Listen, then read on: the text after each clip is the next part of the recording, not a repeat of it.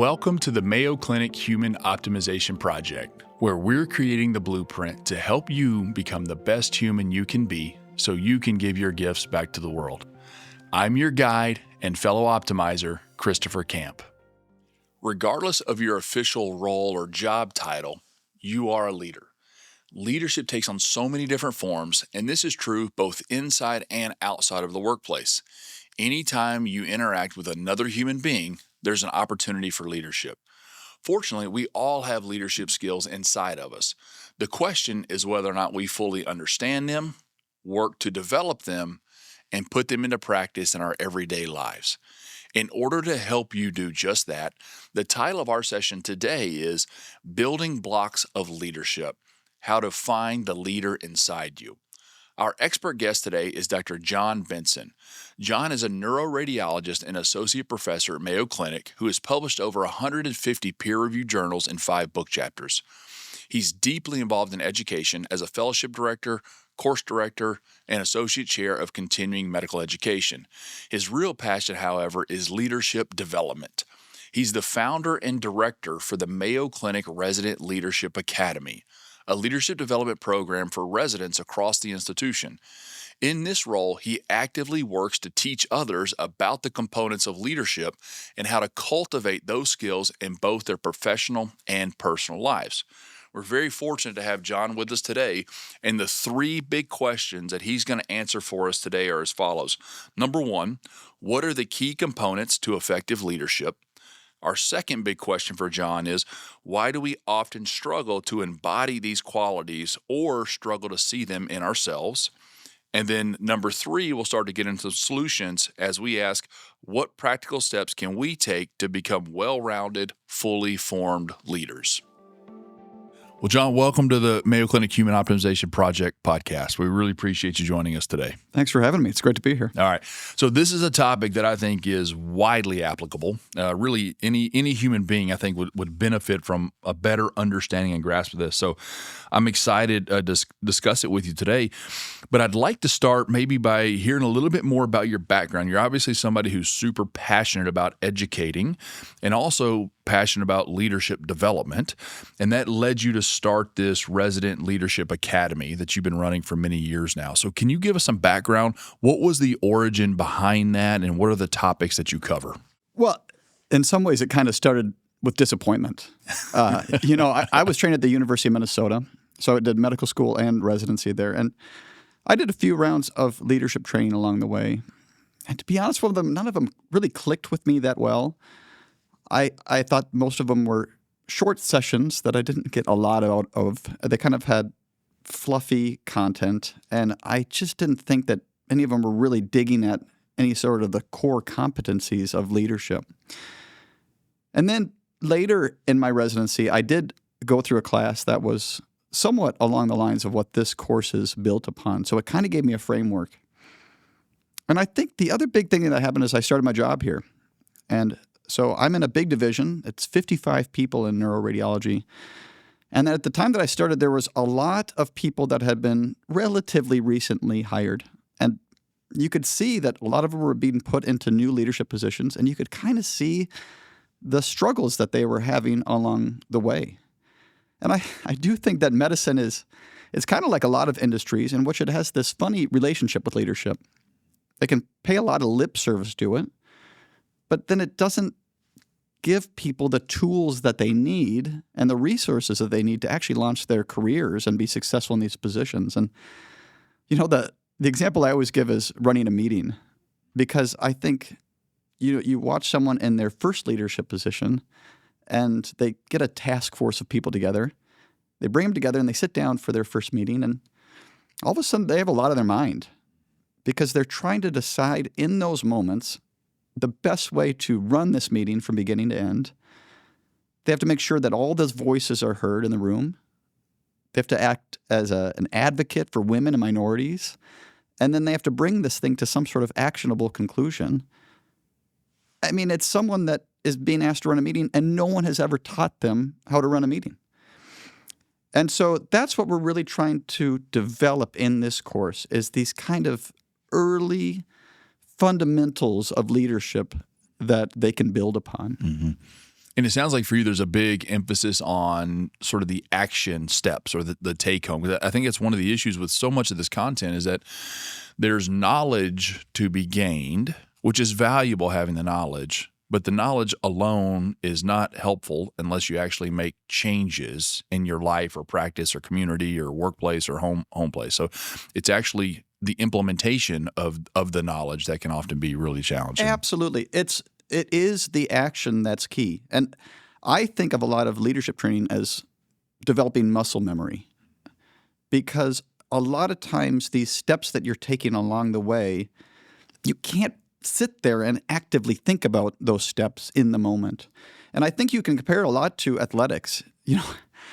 I was never very good at soccer when I was in high school. I think in retrospect, what I was doing is I got really interested in kind of the fancy footwork and the fun skills that you might see on YouTube or something. And I do wish, in retrospect, that a coach or my parents had sat me down and said, look, it's going to sound boring, but in reality, most sports are just kind of a combination of 10 different fundamental skills. Right. So for soccer, it might be passing the ball and kicking the ball and heading the ball or occasionally throwing it. And if you just nail those fundamentals, you kind of got it. And really, when you see a very good athlete, that's probably what they're doing. It's the people that have had the patience to sit down and practice and really learn those fundamentals. And I don't think that when you watch an elite athlete play a game, they're not really thinking that much about how they're moving their body. They're probably just so used and ingrained in that muscle memory. And that's kind of what you have to start early leaders getting developed in, is creating that muscle memory early on that they can build on. And I've seen your curriculum, and I've talked to some residents that have gone through your program, and you've sort of essentially done that for leadership. You've developed sort of these kind of fundamental skills of leadership. So can you tell us what are some of those fundamental skills or topics that you cover? I view it, for me, and again, these are medical leaders, and anyone in a different industry could view it in their own path too. But I try to view it as kind of the next big step that they might take. So, it's just like any sort of teaching. I try to answer it in the way that I would want someone to explain it to me. So for us, I try to build it on what would a department chair or division chair want to know once they get to that position.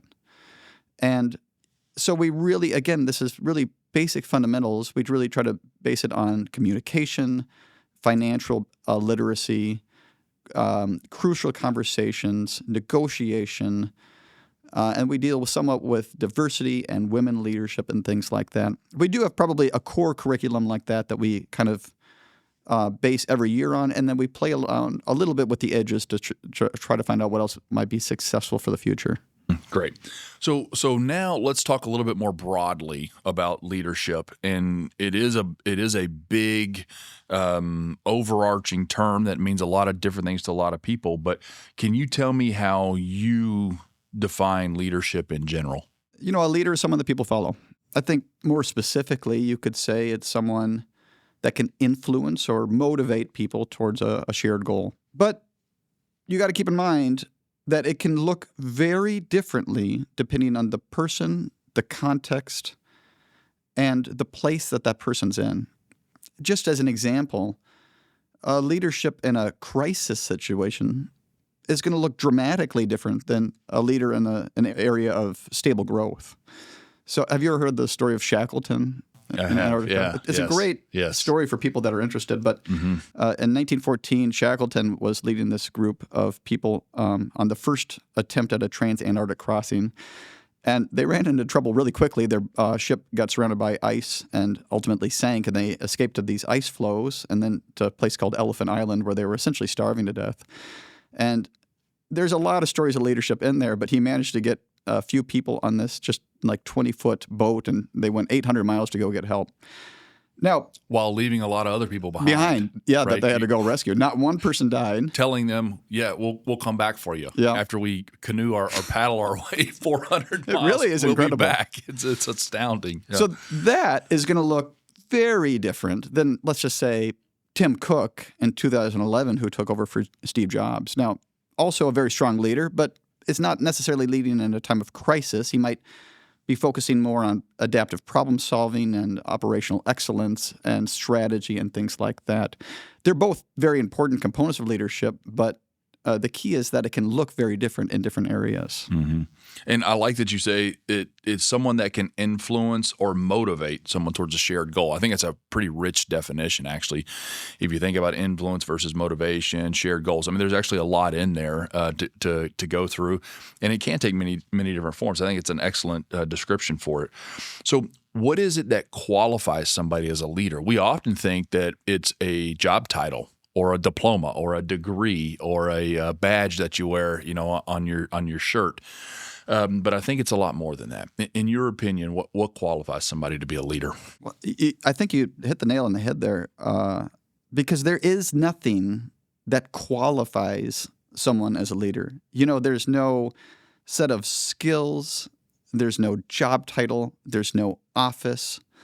None of that can ever create what we kind of view as a leader. I think you have to remember that we get so ingrained, and I fall into this trap too, we all do, that we can think of a leader specifically as looking in a certain way, maybe alpha or charismatic or visionary or something, but almost always with a specific title or something. And what it does, unfortunately, is it hides the much more common elements of leadership that exist day to day. And because we don't think of those other areas as being leaders, they're largely invisible to us. But, this kind of goes to the concept of influence without authority, right? A lot of these people that are very skilled at it, they have characteristics that are similar. They might be good at problem solving or building bridges or bringing people together, or maybe just serving as a good resource or a role model. And because of or despite the fact that they don't have a specific title, I think that they act a lot without direct commands. But they're certainly very powerful members of a community. You can see this pretty easily with just a simple exercise, if you'd like. In your own division or department, if you ask yourself, I want to get something done, who are the 5 people that I would want to have on my side?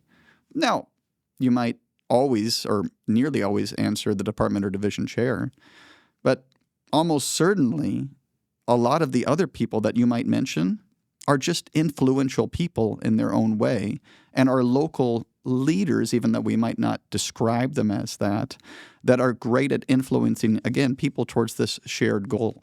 And that question actually doesn't just apply to my department or division. I mean, I can ask that in my household. Absolutely. I can ask that in my neighborhood or on my team, my rec, softball team, wherever. I can ask that question anywhere.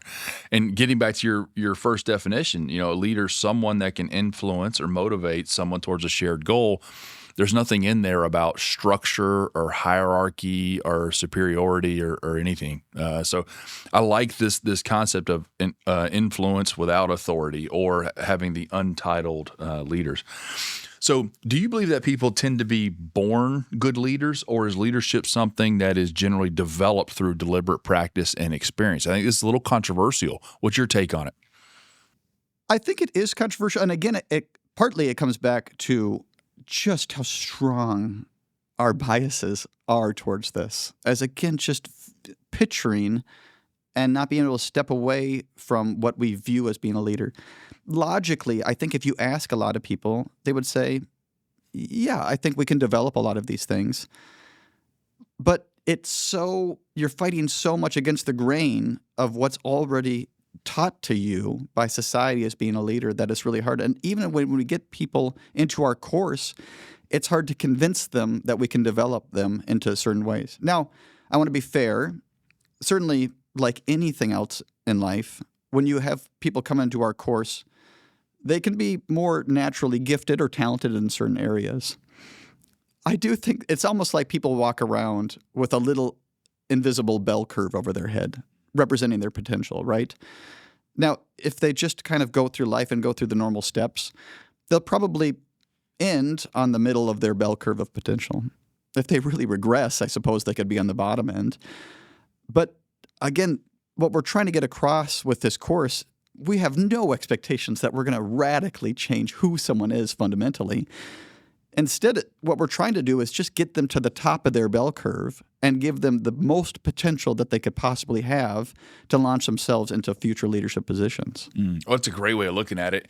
And I've had this discussion with a lot of people about, are good leaders born or are they developed over time? And actually, I have a couple people in my life that are close friends, near and dear to my heart. One is a president of a large educational institution and has been for many, many years. Another one is very high up in departmental leadership for many, many years. And both of them unbelievably talented leaders, both of whom feel like leadership is born and not developed. And I've had this discussion with them and argued with them about it a little bit and pushed back. And one of the questions I like to ask is, even for people who believe that, then I'll ask them, okay, do you think that you're a better leader now or when you were 25 or 30 and it's so common 40, that people right? can see their own growth. Yes. And for some reason, they can be pessimistic about other people's growth. It's amazing, right? In Yeah. university, they say, oh, yeah, I'm a better leader after being president of this university for 15 years or 10 years, whatever it is. Like, you've developed, like even your own leadership That's has because people developed. grow. And They do. yeah, and if you can do it, then why not others too? Yeah. And I agree. And I do think we're all born with different sets of qualities and traits and attributes. And part of this is not denying, who we are, but figuring out how we can use that for good. And maybe somebody is born with a little bit more ability than us in certain categories, but that should not stifle our pursuit of growth. Absolutely. Whether that's leadership or shooting free throws or any other skill that we think is worth pursuing. I've given up on free throws. Yeah. Sometimes the key is knowing when to quit. All right. So as we talk about being a leadership and, can really be anybody, and it takes on many different forms. In your opinion, what are the sort of essential components of leadership that people should be thinking about when they try to think, where are the areas I want to improve? If you look around, there's tons of resources on this. It seems to be one of the more popular things that people like to write about is the key components of leadership. A lot of them have kind of snazzy titles like the 6 C's or something like that. In my experience of reading through them, I've never found one what I thought was the holy grail or the be-all, end-all of it. And I think that you could probably draw from any of them. And one thing it probably speaks to is that of all the components and competencies of leadership, there's probably no one thing that is the most important. In fact, I think that probably what an institution or a business needs varies a lot, not only day by day, but certainly thematically over the weeks and years. And that's why, we both work here at Mayo Clinic, and other institutions do this as well, but we have a rotational leadership model here. And I think one reason that's so powerful is that when, at Mayo Clinic, we put someone in usually into a slot for something like 5 to 8 years. That really allows an institution to look at where they are in that moment and say, this is what we need right now. They might need a communicator or someone that's good at drawing other people in, or maybe a smart researcher. It doesn't matter. What matters is that in 7 years, you'll probably need a different skill set. And if you compare that to other sometimes academic institutions, again, I came from the University of Minnesota. In general, if you're a chair of a department there, it's kind of like being a pope or a Supreme Court justice. You're there until you retire or want to leave. And they can be very powerful, effective leaders, certainly, but I'm guessing in a lot of instances, the skill sets that they first brought to that job might not be optimized for what that place is looking for something like 10 years down the road. And I think that highlights the fact that you as a leader are going to have certain things that you tend to be better at in ways you communicate in sort of your own sort of personal style of leadership. But also it requires you to look at the situation and say, okay, this may be my style, but what does the situation necessitate from me?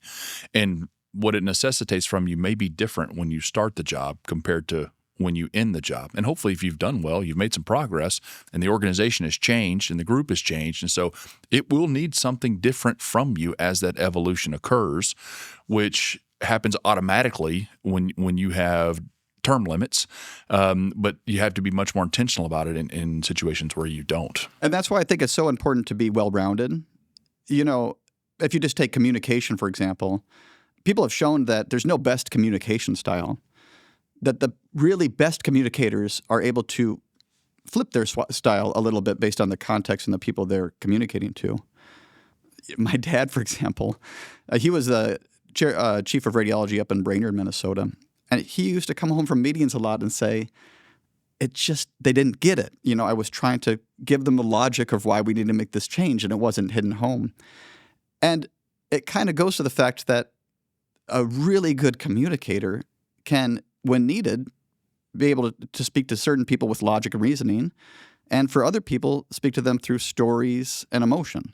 Some people are really going to respond to short exchanges, and other people might respond better to longer conversational styles. And so that's why, going back to your point, it's important to be well-rounded because you're going to have to bring all these tools forward at some point in your own journey. You have to be adaptive and flexible. Okay, which is not easy for us. And so a lot of us struggle. So in our second section, we're going to talk a little bit about why we sort of struggle to embody some of those characteristics. So can you tell me, why don't we start maybe your experience is mostly working with younger or aspiring leaders and learners. Yeah.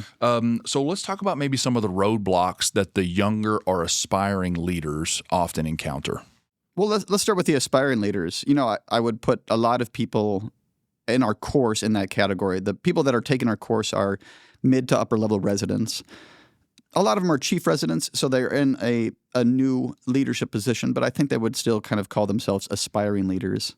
There are many roadblocks. I do think the number one thing we see year after year is challenges with work-life balance, and certainly fears about losing what they have already with work-life balance. So every day that we run a session of that course, we have a high-ranking leader from throughout the nation, either medicine or business or politics or something like that, and they'll come forward and share their story and engage in a Q&A. Every single session, people ask about work-life balance. So I think it shows a couple things. One, it shows that the younger generation are probably have a much healthier relationship with work-life balance than we do, and certainly the retiring generation has. And unfortunately, I think it shows that a lot of the high-ranking leaders that are out there are not exactly living or at least selling themselves on having a good work-life balance. We had the dean of a major medical institution come through, and people asked him how he was able to fit in exercise. And he said, it's doable. I wake up at around 4 a.m. and I swim laps in our lake, and then I do push-ups between meetings, and I aim for 1,000 a day. So I don't know what work-life balance is, but that's probably not the best example of it. It's a huge thing. We all struggle. We actually have a session coming up dedicated to work-life balance and concept of balance and integration and all those sort of things too. But it's a massive struggle for us. It is, yeah. How about some of the more experienced leaders? What are some of the common things that they struggle with in their leadership journey? Well, again, going back to just my own experience with this of inviting in these high-ranking leaders, you can kind of see certain themes emerge after you speak to a certain number of them. One, I think you can see that they can fall into certain traps as they get further along. One trap that I've seen is that they can start thinking along the lines of, it's my job to make decisions, we're going to do it my way. Now, in rare cases, I do think you truly can get a cult of personality out there. But I do think even more frequently, probably what you bump into is that over the course of someone's career, they do run into the bureaucracy that infests most institutions. And so, over time, they have to live with the fact that decision-making in these institutions is messy and takes time and takes work. And so they kind of run into shortcuts eventually. I would say the other things that we see, some of the more senior leaders that we have come through seem to have a little less self-awareness. And they've shown that in studies that as you rise through the ranks, your degree of self-awareness can go down, probably because you're getting less direct feedback from your subordinates. And then finally, I think people can become over-reliant on past success. They've seen what brought them there worked, and it's so hard for them to shake that set of skills and actions in the future. And, there are famous examples about this. For example, Kodak, who even though they invented the digital camera, just couldn't move into that new future of the digital space. Or BlackBerry, who kind of shrugged off the iPhone initially, thinking that was more of a toy, and they kind of focused on their business customers. So it can happen to institutions, it can happen to leaders, but everyone can kind of get fixated on their prior success and not moving past that. Mm-hmm. And I think all those things you mentioned, if you juxtapose them, can actually be benefits for younger leaders who maybe haven't had some of those things sort of drilled into their psyche or mentality yet. So in some ways, those things can be strengths. But right now, we're talking about people who see themselves as leaders, either aspiring leaders or establishing leaders. But I think one of the issues is that we often just struggle to view ourselves as leaders, period. So why is it that we often struggle to see ourselves as actually being leaders? Well, some of it comes back to what we talked about before, where it's so hard to shake what's been taught to us as what a leader looks and sounds like. But, there are many other things out there that don't only affect aspiring and young leaders, they affect everyone. Imposter syndrome does not seem to go away. Every single CEO that has come through and talked to the course consistently says that when they first sit down in that new office, in the new chair, they say, like, this is not me. Like, why is anyone letting me do this? And then it becomes normalized. They go through the motions. They all say once you just start working and start going at it, it can drift away and get better. But it's real, and it can happen to anyone. And then I think, people can fall into a kind of a perfectionist trap. They think, okay, I want to do this.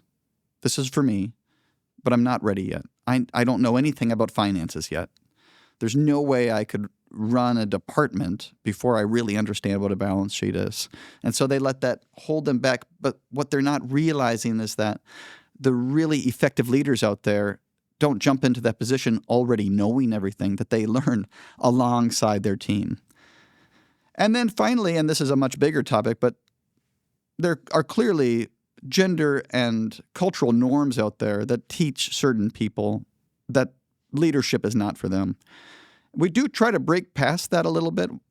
One of the points of this session where we bring in high-ranking leaders is so everyone in that course can hopefully see themselves in that position in the future. So we do try to bring in people that look and sound different, and hopefully they can kind of see themselves in those shoes at some day. That's a great list. So, and honestly, struggling with issues with gender and cultural norms that tell people in their mind, you're not a leader, or not having the official title or, the logo or the badge often makes people think you're not the leader.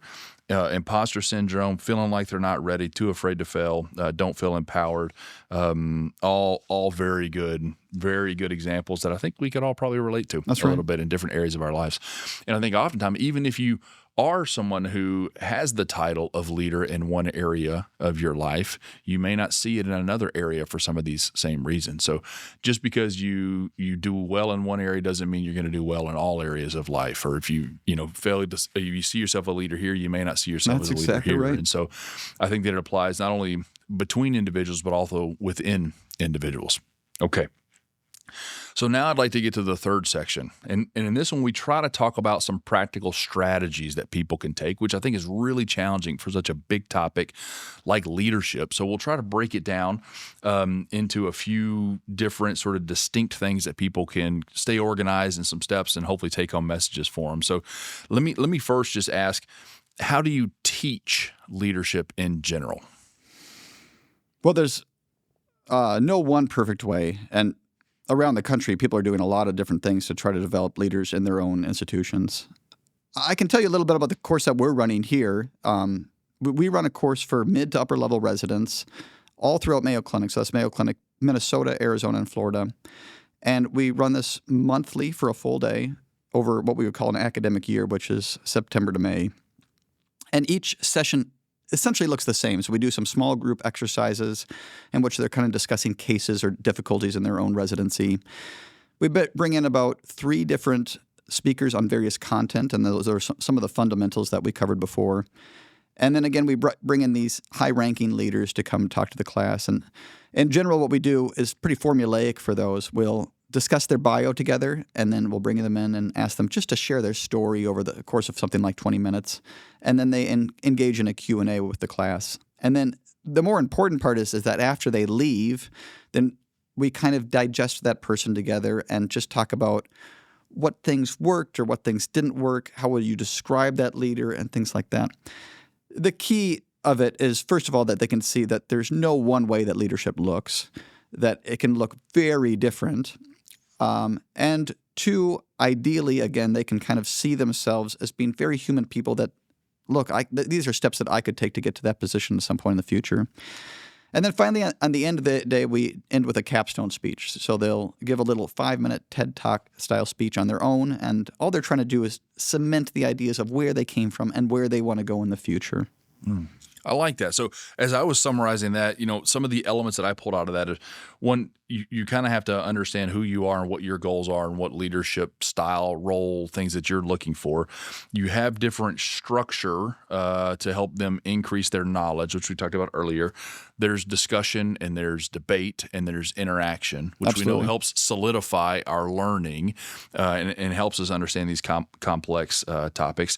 And then you actually have them, lay out plans and they talk about what their next steps are going to be. So there's a big emphasis on the action.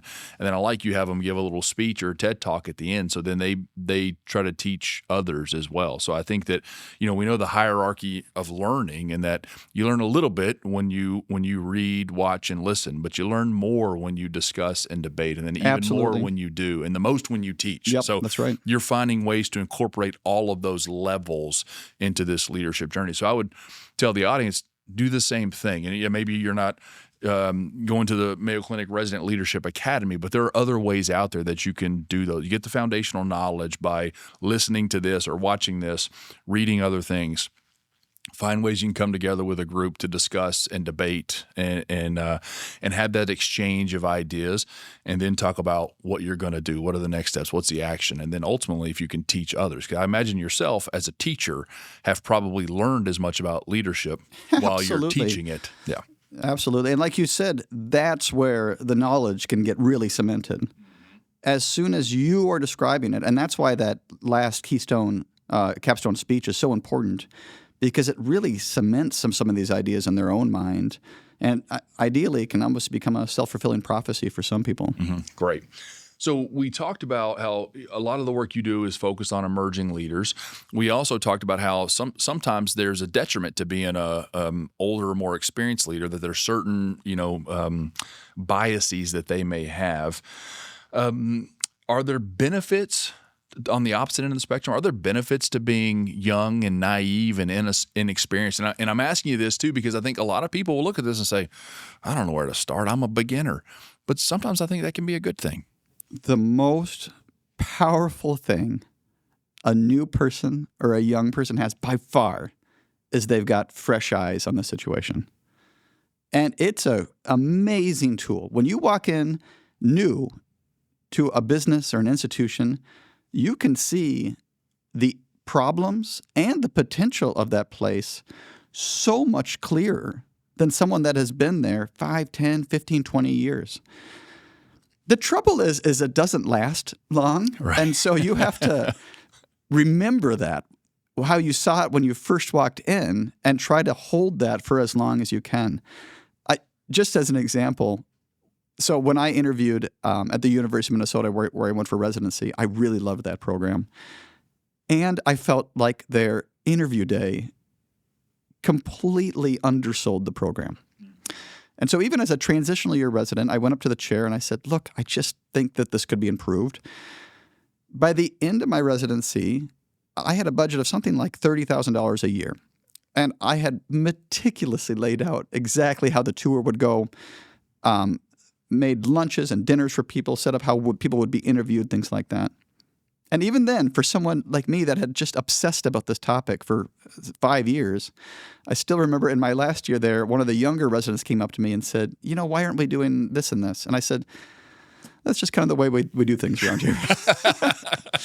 And so even then, after 5 years, I had lost the fresh eyes. You get jaded quickly. You got to find tools about how to keep it. And you got to challenge yourself to talk to the new people, ask them what the problems that they see are, or find other ways to see this environment around yourself so you can view it always through a little bit of a fresh lens. That's great. With those fresh eyes, being a beginner can be an advantage if you look at it the right way.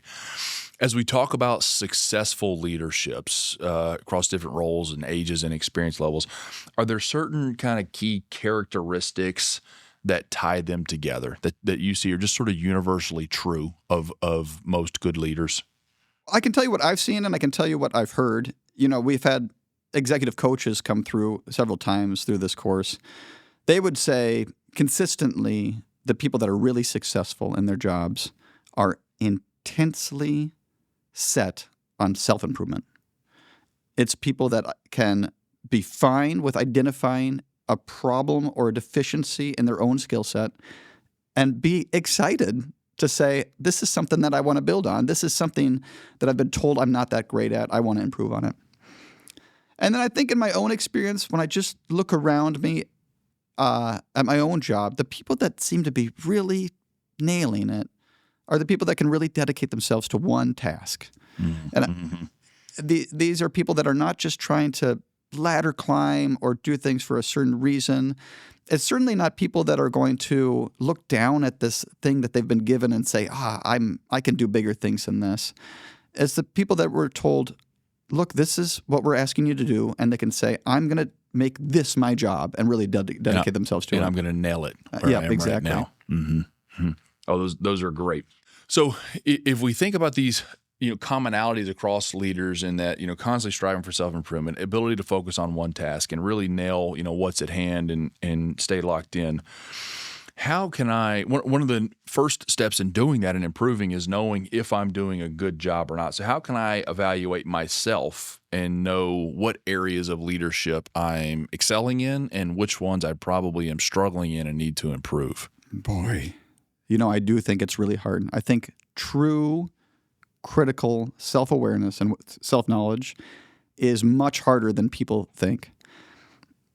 People can really overestimate their ability to know themselves because I think it's so easy. You've been in this body for all these years just to think, I know who this person is walking around. But what you actually have to do is find ways for either you are challenging yourself in some way or you are finding other people that are going to give you real challenging feedback where you can take that and actually think on it and improve on it. Just as an example, public speaking is no one's favorite. And I think people kind of get into a pattern of how they're going to practice for public speaking, whether they're doing it in a mirror or in front of some puppets or something like that. But, I'm working on my master's degree right now. And one of the things that we had to do, it was my least favorite exercise, was we had to give a 5-minute speech on camera. And then they would show the video of that in front of the class and with me in the class. And then you would have to talk about what you did well or didn't do well. And the rest of the class would jump in and kind of talk about what they liked or didn't like. It's about as cringy as it sounds. But despite that, it was a way in which no one else had challenged me to actually look at myself speaking before and see the little ticks you give and see how you sound and see how you could have brought more energy to it and things like that. And that's the kind of things that people actually have to do is find in all these components that we talked about for leadership, find ways to actually challenge your thinking and actually ask yourselves or ask other people to give you very direct and challenging feedback in those ways. And I think part of that goes into developing the relationships with those other individuals so that they know you well enough to give you that feedback and also know that how you'll respond. It's a safe place to give you the real feedback. And you're not looking for just disguised praise and that you really want to know, hey, give me the hard stuff. Tell me what I need to be working on. That's right. And I think, too, that ties into all the things that you mentioned, really knowing yourself and intentionally setting out for self-improvement. So if I'm a young aspiring leader and let's say I'm going to take your course, or maybe I'm considering whether or not I should take your course, but I say, hey, this is really important to me. I really want to get better at this. How would you guide me or counsel me as I'm just getting started on my journey? What do I do? How do I know if this is the direction I want to go, and what steps do I need to be taking? Well, first of all, I would recommend you don't take on too much at once. Everything we've talked about, I think with leadership, one thing that can happen is it can sound so big and so abstract that, first of all, people don't even know where to start. And then it sounds so daunting to try to improve in all these areas. Now, where you're going to start as a young or inspiring leader, it's probably going to depend exactly where you're at. An aspiring person who's not in a position, they could pick anything. They could pick something they're really excited about in that moment, or they could pick something that they really feel like that they have to improve on. Whereas a young leader that's been put into a position for a certain time, they can be a little more strategic, right? So let's pretend that the position they're being put into requires no financial literacy. Well, I wouldn't focus on that at that point. But if it requires tons of communication skills, well, they should probably start honing their abilities in communication before they start looking elsewhere and working on this other stuff that we've talked about. And then the other thing that I would add is no matter what steps they've taken, that person has to keep in mind that at no point are these skills mastered, right? It's not like you can look back at communication and you say, okay, I've learned that now, I've got it. I can put that in my back pocket and focus on other things. This is a continual cycle, and you have to lean into the idea that these are lifelong processes that you're going to slowly get better at over time. And so as soon as someone has worked on something, well, then self-assess and start over and just keep going and keep building on that. Mm-hmm. That's tremendous. There was a lot. That was a pretty rich answer in there. And if I kind of put our last couple things we talked about together, some key characteristics or things to be doing is that we need to be intensely set on self-improvement. Have to have the ability to focus on one task or sort of focus on where you're at and what you're doing at the moment. You have to really know yourself and understand yourself. And then also, it sounds like a lot of what we need to be doing is not only knowing ourselves, but know our situation or the potential Absolutely. role or environment that we're in, and then see, okay, now that I know myself, my strengths and weaknesses, do I understand this team, group, organization, other individual, coworker, sitting across the hall, child, family member, whatever? Do I know where they're at and what's going on? And then how can I, understand myself and use that to connect to them? So you really kind of have to know both parties.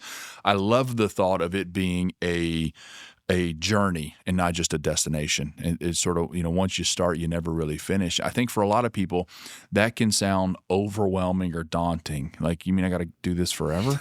Yeah. But I think if you put these things into practice, they become habitual. They become normal. And the startup energy sometimes is really high to get going.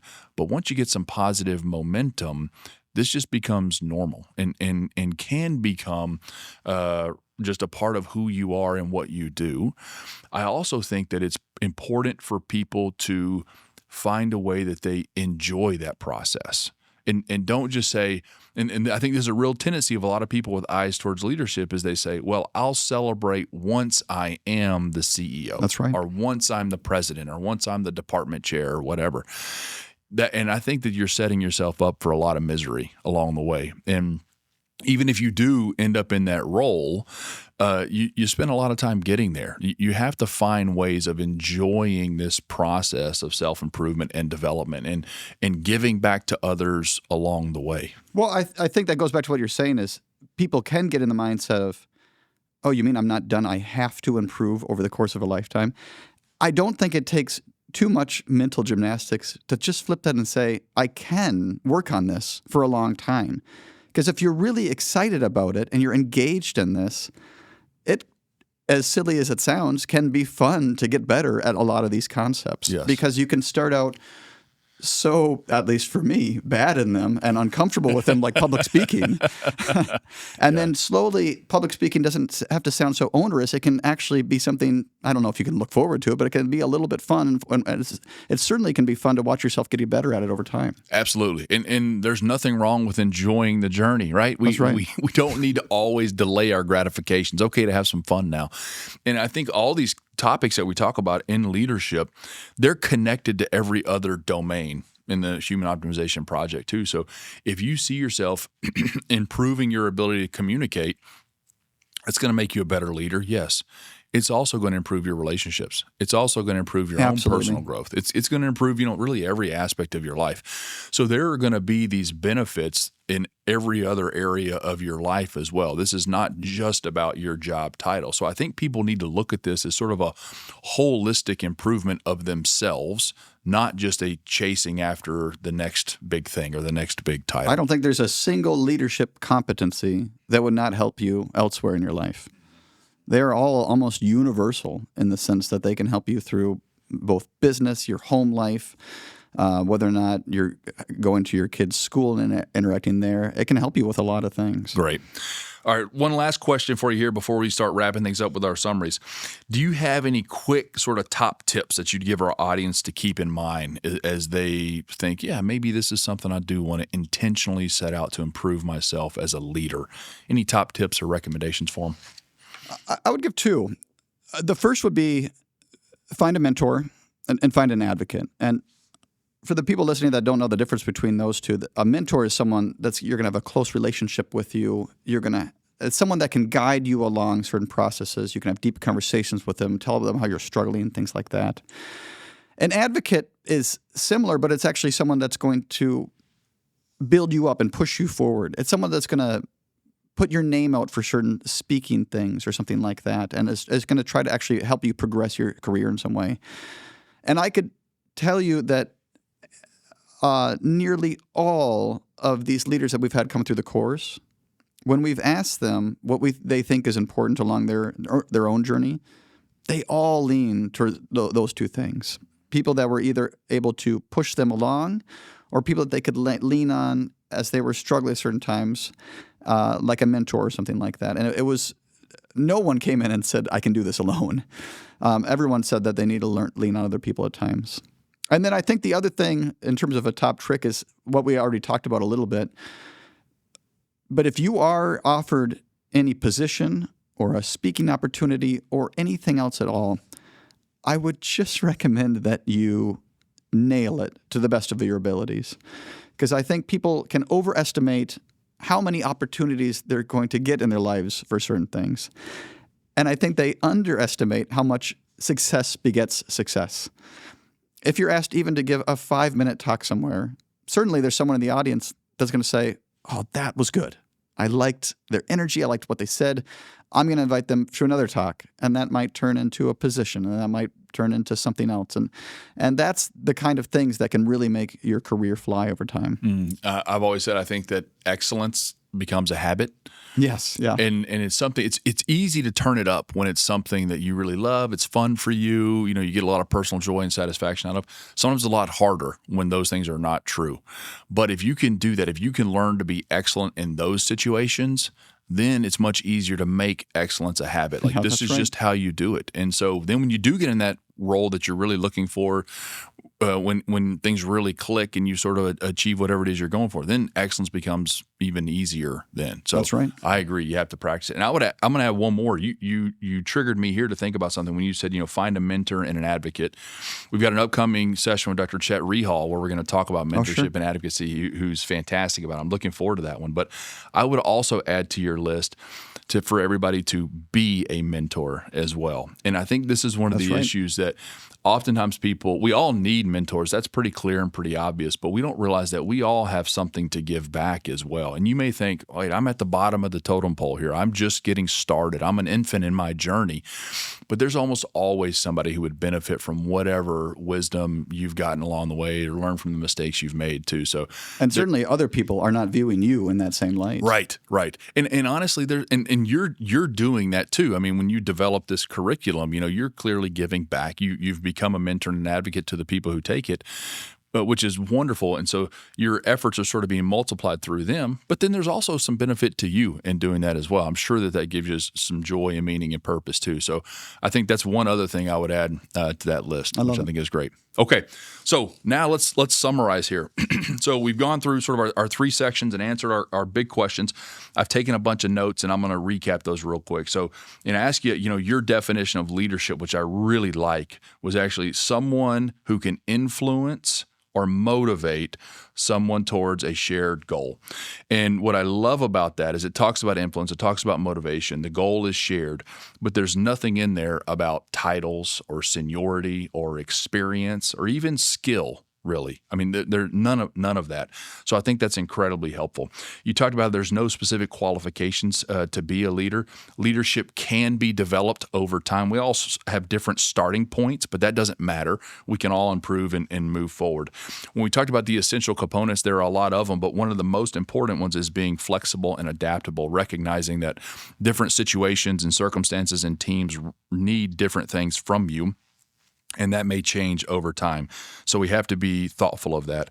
There can be some potential traps for more experienced leaders that have been in their roles for a long time. And that sometimes they fall into the trap of thinking, my job is to make the decision, so I'm going to do it. We're going to do it my way.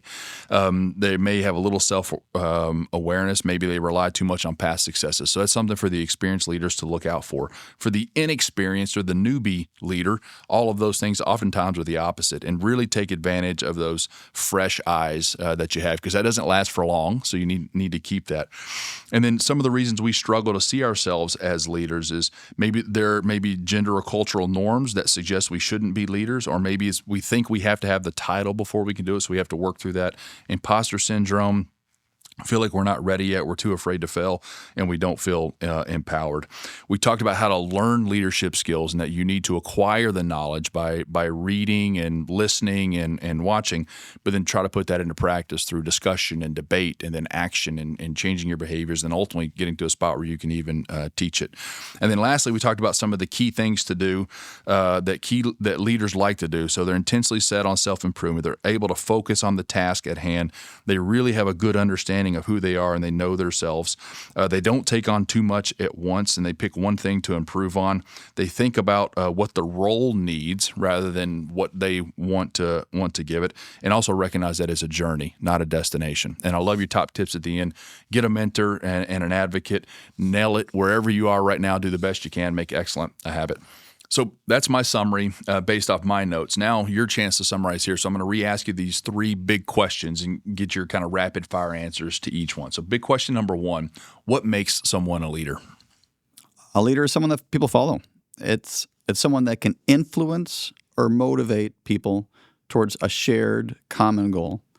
But what it's not is a title, an office, or a position. And so everyone in their daily lives does and can serve as a leader. Okay, big question number two. Why do we often struggle to embody these qualities or struggle to see them in ourselves? Well, for a lot of reasons, but mostly because we are so ingrained to believe this age-old bias of what a leader is as someone that's alpha and charismatic and visionary and multi-talented. And so it can make it seem unfathomable to see our own leadership potential. Great. And then our third one, what practical steps can we take to become well-rounded, fully formed leaders? Start small. Start with one competency. Ask yourself how you're doing in that area. Challenge yourself, work on it, and then repeat. Love it. So actually, you just set me up perfectly with that last answer. So I always like to end with a challenge or a call to action, because I want to lay out something, kind of sort of the first baby step that somebody can take to get a win in this process. And I think leadership can be really challenging to do that. But a lot of what you talked about, we need to know yourself. You got to focus on one task, pick one thing to try to improve. Those are a lot of the concepts that I pulled us. That's exactly what we're going to do. So I think people need to take a little bit of time and sit down and say, okay, what's one area of leadership where I want to, don't say, I want to become a better leader. And that's okay. But now let's add some specificity to that. So just pick one thing that you want to work on. We got a lot of different topics on leadership in the Human Optimization Project. Just pick one of those and just say, okay, how can I really nail this one? How can I get better at that? And figure out how can you read more about it, listen to things about it, watch things about it, and then take that next step and say, all right, who can I discuss this with, and ask questions and debate a little bit and maybe get a mentor or become a mentor. And then lastly, how do I put it into action? So that'll be our challenge for today. So, John, thank you so much for joining us. This was a great session. Thanks for having me. It was great. So for our audience, the title of today's session was Building Blocks of Leadership, How to Find the Leader Inside You. So this has been a great topic. We boiled it down into multiple steps. Hopefully, I think you'll find that very meaningful and impactful. And remember to live intentionally, consistently better. Keep striving to be the best human you can be so you can give your gifts back to the world, and never stop optimizing. Thanks for listening to the Mayo Clinic Human Optimization Project. If you like this episode, hit subscribe and leave a review. It helps others find us. Know someone who might benefit? Share the episode with them to join us in our mission to help as many people as possible become the best humans they can be. Have feedback or a topic idea? Email us at optimize@mayo.edu. And be sure to look for us on Instagram, X, and YouTube. This podcast is for informational and educational purposes only and should not be relied upon for medical, professional, or legal advice. Always consult with a qualified professional for any questions. The appearance of any guest does not imply an endorsement of them, their employer, or any entity they represent. The views and opinions expressed by the guests are their own and do not necessarily reflect the views of Mayo Clinic. Reference to any product, service, or entity is for informational purposes only and does not constitute an endorsement or recommendation by Mayo Clinic.